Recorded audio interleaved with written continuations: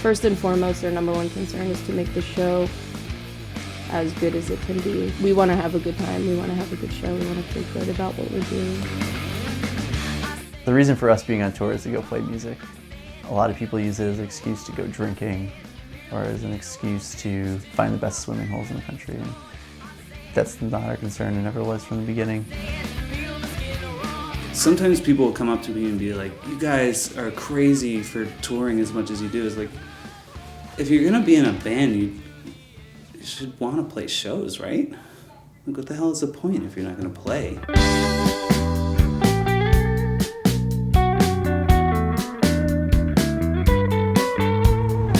This is what most of the band ride is like. If you want to get like a true, well, actually, it's more like. Usually there's music playing. Yeah, the fact that you're conscious really sets this experience apart. I know, I feel weird right now. It's like I'm meeting you all for the first time.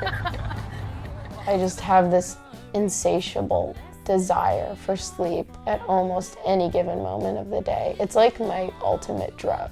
It just feels so good. Big pillow goes here, then you just smash your face in Insert face. That's it. It's awesome. Playing rock and roll definitely makes me tired the next day. But when I'm actually doing it, it's awesome. It's like the best high that you can.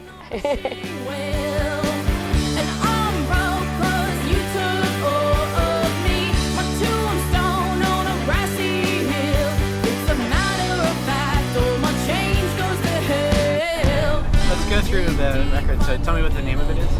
RoseMountain. Like, do it in a complete sentence.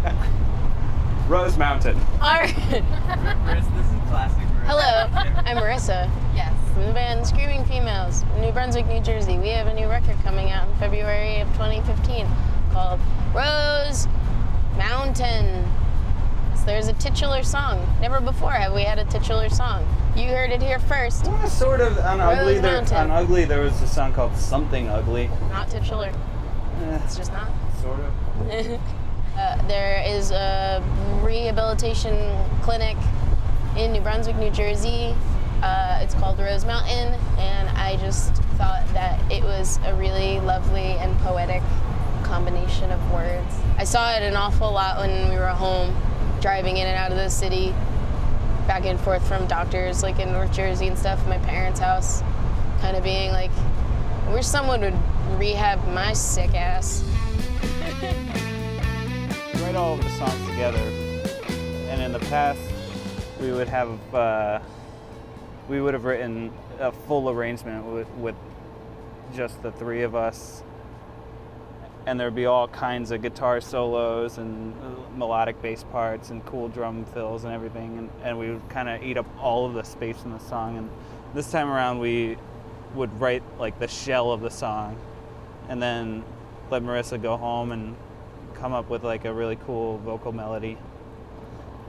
And then we'd finish it once that was in place. And then we'd give her a little bit more room to sing, because she has gotten really good at it. I don't know, if you listen to our first album, she's still a much better singer than I am, but she's not nearly, she wasn't nearly as good as she is now. But I've got some pipes too.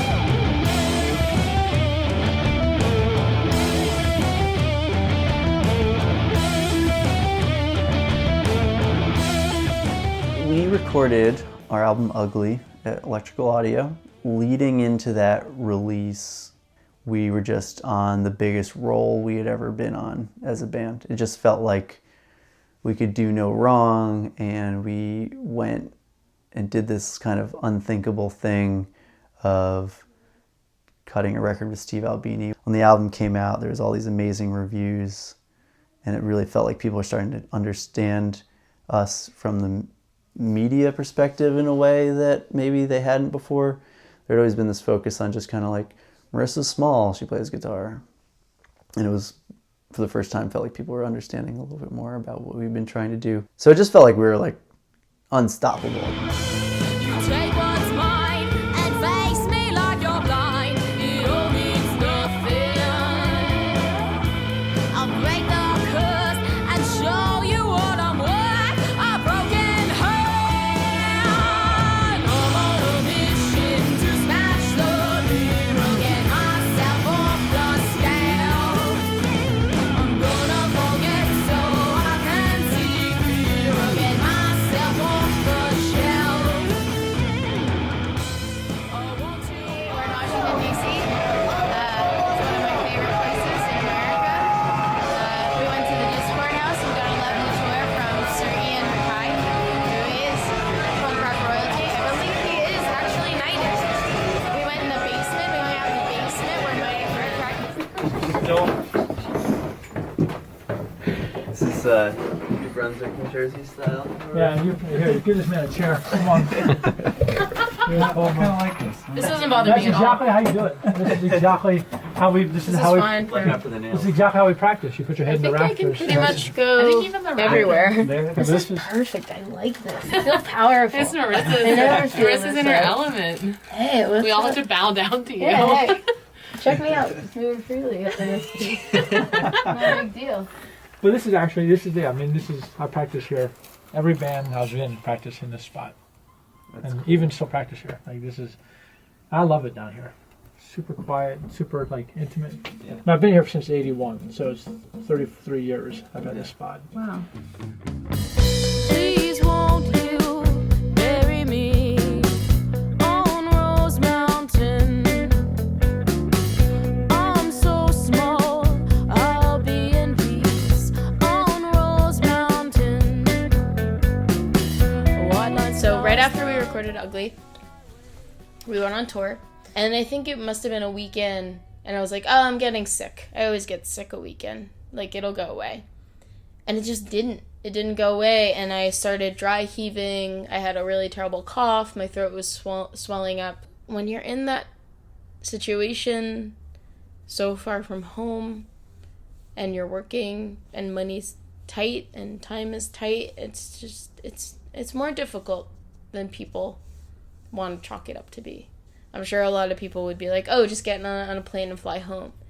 But I didn't want to get on a plane and fly home. I wanted to play shows with my band. Like, I didn't want to let anybody down. It would be letting myself down, too, you know? Like, I wanted to do it.